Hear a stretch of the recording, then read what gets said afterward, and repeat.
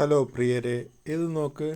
പപ്പായ, വാഴപ്പഴം, മുളക്, ഇതൊക്കെ നോക്കി. ഇതിന് എല്ലാത്തിനും പഴുത്ത് കഴിഞ്ഞാൽ നല്ല മണവും മധുരവും ഒക്കെ ആയിരിക്കും. പക്ഷേ ഈ മുളക് എന്താ ഇങ്ങനെ?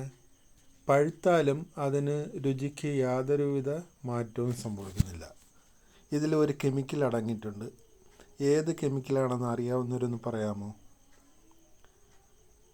അതേ, നോക്ക്, എന്ത് രസമാണ് അത് കാണാൻ അല്ലേ? പക്ഷേ ഇതാണ്, നല്ല രുചിയാണ്, എരിവ്. ഇത് ഒരു പ്രത്യേക കാരണം കൊണ്ടാണ്. എത്ര പേർക്കറിയാം? നമ്മളൊക്കെ ഇത് ഉപയോഗിക്കാറുണ്ട്, കഴിക്കാറുണ്ട് അല്ലേ? ഇത് അറിയാവുന്നവർ ഒന്ന് പറഞ്ഞു തരണേ. ഇതിലൊരു കെമിക്കൽ അടങ്ങിയിട്ടുണ്ട്. ഈ കെമിക്കൽ ഈ മുളവിൽ മാത്രം വരുമ്പോഴാണ് ഈ എരി ഉണ്ടാവുന്നത്. ഞാൻ പറഞ്ഞ അണ്ണനാണ്, കണ്ടാ പഴുത്ത് നിൽക്കുന്നുണ്ടാ?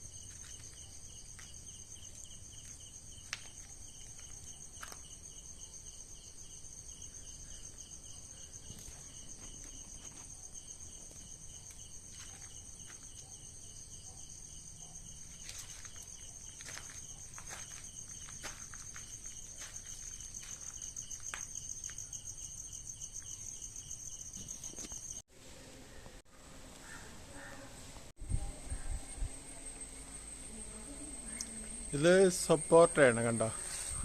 ഇതിൻ്റെയൊക്കെ ഫ്രൂട്ട്സിന് എന്താ മധുരമെന്നറിയാം.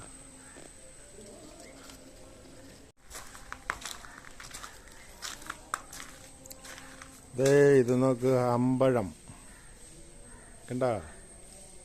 ഇതൊക്കെ നല്ല മധുരമാണ് ഫ്രൂട്ട്സിന്.